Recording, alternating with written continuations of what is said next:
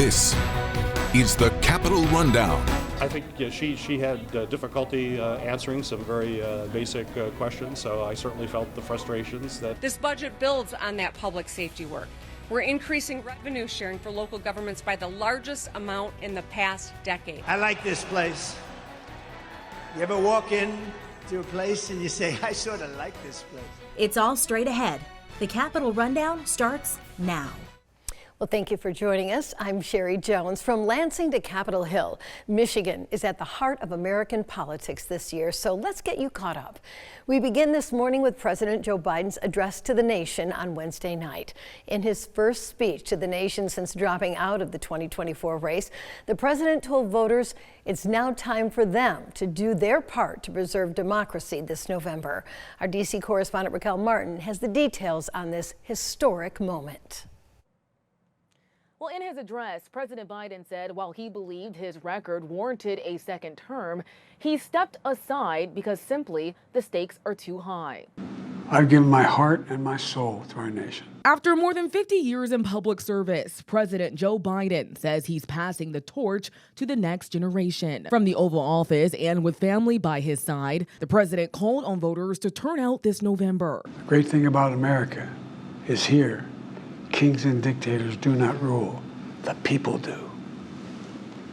History is in your hands. President Biden, who endorsed Vice President Kamala Harris shortly after dropping out of the race, says his VP is fully capable of filling his shoes. With just over 100 days until the election, the vice president is wasting no time. We are not playing around. Harris traveled to Indianapolis Wednesday to rally support from members of the black sorority Zeta Phi Beta. I am fighting for our nation's future. Meanwhile, at a rally in North Carolina, Lion, Kamala Harris, Lion, L-Y-I-N apostrophe. Donald Trump bashed his new opponent. Most incompetent and far left vice president in American history, by the way. And made clear he's ready to put up a fight. I was supposed to be nice. They say something happened to me when I got shot. I became nice. When you're dealing with them, you can't be too nice. Right now, it remains unclear if the president's speech will squash Republican calls for him to resign. For now, in Washington, Raquel Martin, back to you. Well, with Vice President Kamala Harris becoming the presumptive presidential nominee for the Democratic Party, Republicans are threatening legal challenges over President Biden's decision to leave the race. Many experts say those are unlikely to be successful. Here's Hannah Brandt to explain why. As Democrats try to swap out President Biden from the top of the ticket, Republicans are pushing back. I think they've got legal trouble. Just before the president dropped out of the race, House Speaker Mike Johnson told ABC News the withdrawal would raise legal issues. These elections are handled at the state level. Every state has its own system, and in some of these, it's not possible to simply just switch out a candidate. But legal experts disagree. There's really nothing that the Republicans can do as a legal matter to stop the switch from happening. Campaign law professor Paul Smith says Democrats don't have a legal obligation to nominate President Biden. He's not on a ballot anywhere yet. He's only a presumptive nominee before he pulled out. And political communications professor Peter Loesch agrees, saying the Democratic Party has the power over their presidential ticket, not Republicans. It's not theirs to decide. It's up to the Democrats to decide who the Democratic nominee is going to be. I think they're trying to throw sand in the gears. The Democratic National Committee says it'll have delegates vote through a virtual roll call to choose a nominee by August 7th.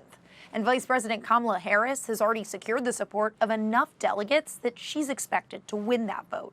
And as long as they do it on time and in the normal processes, she'll go on the ballot. And at that point, the process is over. Republicans call it undemocratic to have delegates pick the new nominee. They have a point, right? You had a whole lot of people vote for a guy. But Loesch points out the Democratic primary elections are over, leaving the DNC with limited options. And I think the DNC is trying to figure out the fairest, most transparent thing to do in really extraordinary circumstances. In Washington, I'm Hannah Brandt. Well, the conservative group, the Heritage Foundation, also sent out a memo outlining how President Biden exiting the race could cause lawsuits. But they have yet to announce a legal challenge themselves. Here in Michigan, reaction to Kamala Harris's candidacy was swift. On Tuesday, Governor Gretchen Whitmer endorsed the vice president. In a statement released through the governor's Fight Like Hell PAC, she said she's fired up to endorse Vice President Harris. She mentioned the VP's past as prosecutor and Attorney General of California, in contrast to former President Donald Trump's felony convictions. Congresswoman Alyssa Slotkin, a Democratic frontrunner for the party's nomination in the U.S. Senate race, also endorsed Vice President Harris.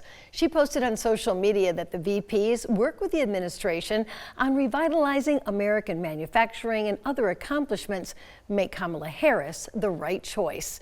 Now, meanwhile, the Michigan GOP, led by former Ambassador Pete Hoekstra, released a statement calling the changing of candidates a, quote, complete utter collapse. The statement also said Mr. Trump will fix inflation and secure the southern border.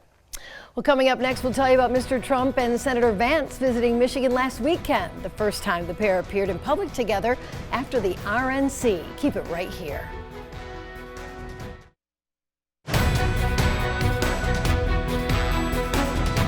Welcome back. Former President Donald Trump and his running mate, Senator J.D. Vance of Ohio, campaigned here in Michigan on July 20th. It was also Mr. Trump's first rally since the event in Pennsylvania that turned tragic with an attempt on his life. The candidate spoke at Van Andel Arena in Grand Rapids. I like this place. You ever walk in to a place and you say, I sort of like this place?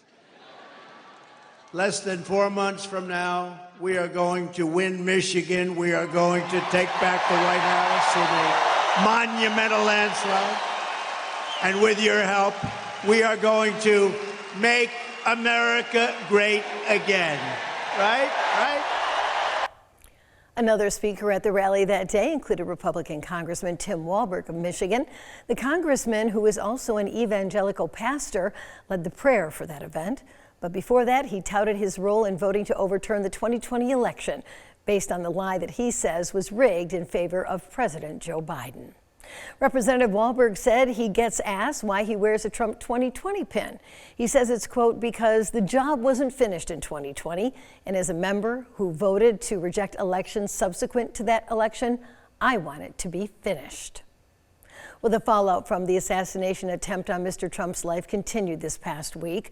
The House began holding hearings on the failure of the U.S. Secret Service to stop the shooter before the former president was injured. 2 audience members were also wounded, and a third was killed. The agency director, Kimberly Cheadle, was berated for hours by both Republicans and Democrats in a hearing on Monday. On Tuesday, she turned in her resignation. U.S. Senator Gary Peters of Michigan is the chair of the Senate Homeland Security and Governmental Affairs Committee. That body will also investigate the security failures. During a recent Lansing appearance, Senator Peters, a Democrat, had this to say after the director resigned. I think she had difficulty answering some very basic questions, so I certainly felt the frustrations that many of my colleagues felt. Clearly, what facts we had gathered were very concerning, and I certainly understand the decision of her decision to resign from that post. Well, coming up, Governor Whitmer signed the new state budget, and our Capitol correspondent Tim Skubic will break it down for us. That and much more straight ahead.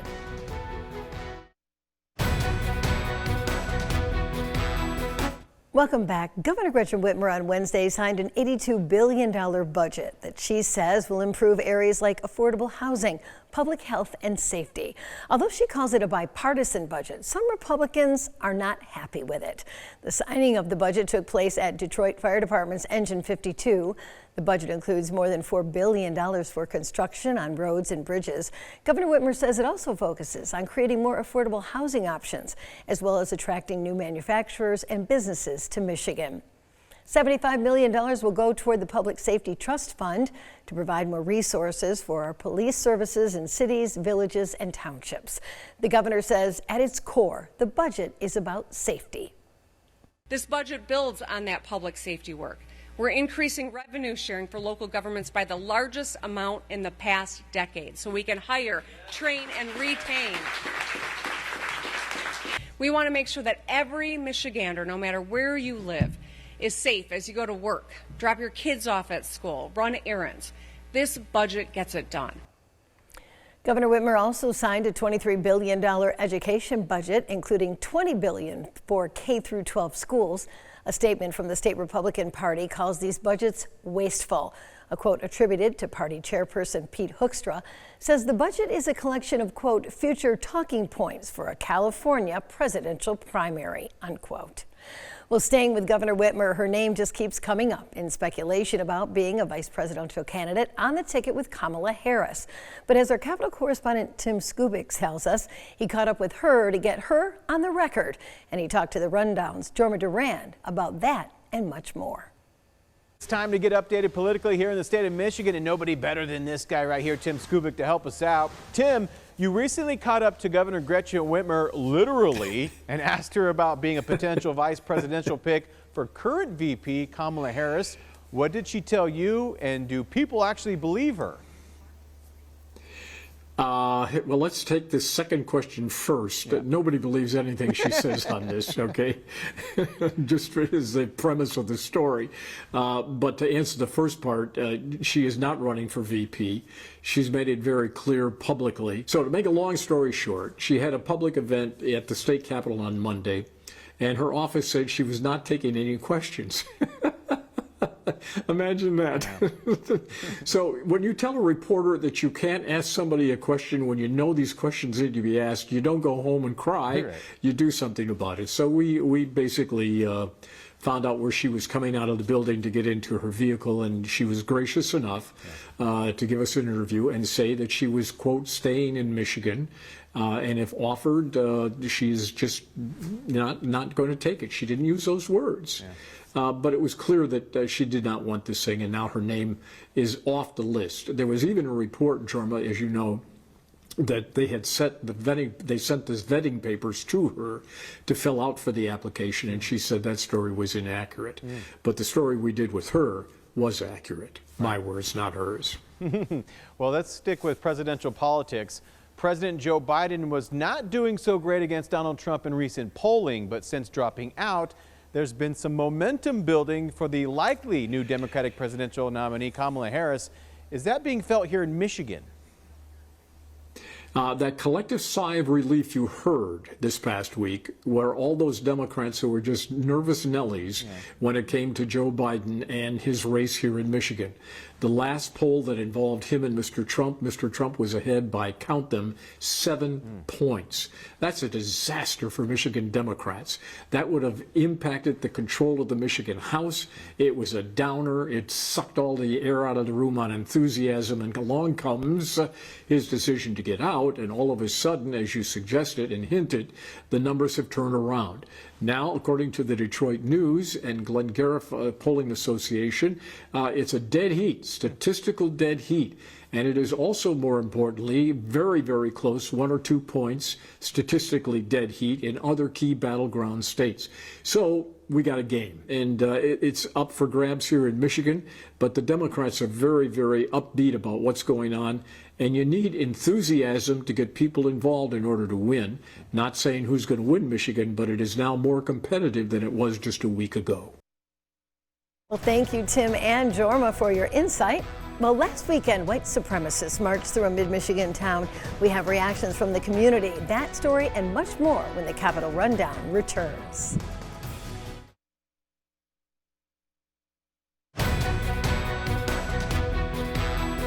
Welcome back. A White Lives Matter rally was held in Howell on July 20th. It was on the same day as former President Donald Trump's rally in Grand Rapids, and multiple media outlets, including the Livingston Daily and the Detroit Free Press, reported that the marchers were chanting, quote, "We love Hitler, we love Trump," unquote.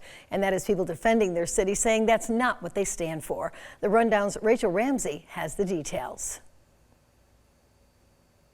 Howell is a welcome, inclusive community and doesn't stand for hate. A group of a dozen people with their faces covered holding white supremacist signs walking down Grand River Avenue. We're doing so much to change the reputation, and when we see hate groups come here, it's really horrifying, quite frankly. The city says the rally started here on the lawn of the historic Livingston County Courthouse. The group continued walking down Grand River, ending up here. And I just spoke with some people who own businesses on this downtown strip. They say they saw the group walking with their White Lives Matter signs and chanting. But they tell me they didn't pass without scrutiny, as community members gave them a piece of their mind. But the group did continue walking to their final stop at the Howell Carnegie District Library. The city says a library board member told the group they did not have permission to be on the property. That's when the group broke apart and got into their cars. City officials say the rally lasted about 30 minutes and that police spoke with a few of the demonstrators and found that some were from out of town. Some people say as long as a rally doesn't turn violent, anyone should be allowed to express their beliefs. Everyone has a right to protest. This is the United States of America. As long as it's peaceful, fine, do what you need to. The executive director of the Livingston Diversity Council says that in the past, the city has had ties to the KKK. It's a reputation they can't seem to shake. The community has acknowledged it over the years, and we say we're different. This is the time to actually show we're different. I'm Rachel Ramsey with your Capitol Rundown. Thank you, Rachel. As of Tuesday, gay and transgender panic defenses are no longer viable in Michigan courtrooms under legislation signed by Governor Gretchen Whitmer.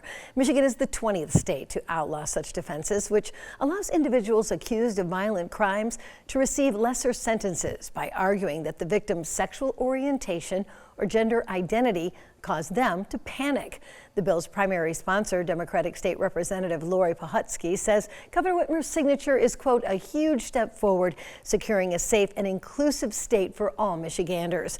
And the American Bar Association calls the panic defense a miscarriage of justice. Well, coming up, we'll tell you about a Michigan connection to one of the Navy's newest ships. Stay tuned for that and much more straight ahead.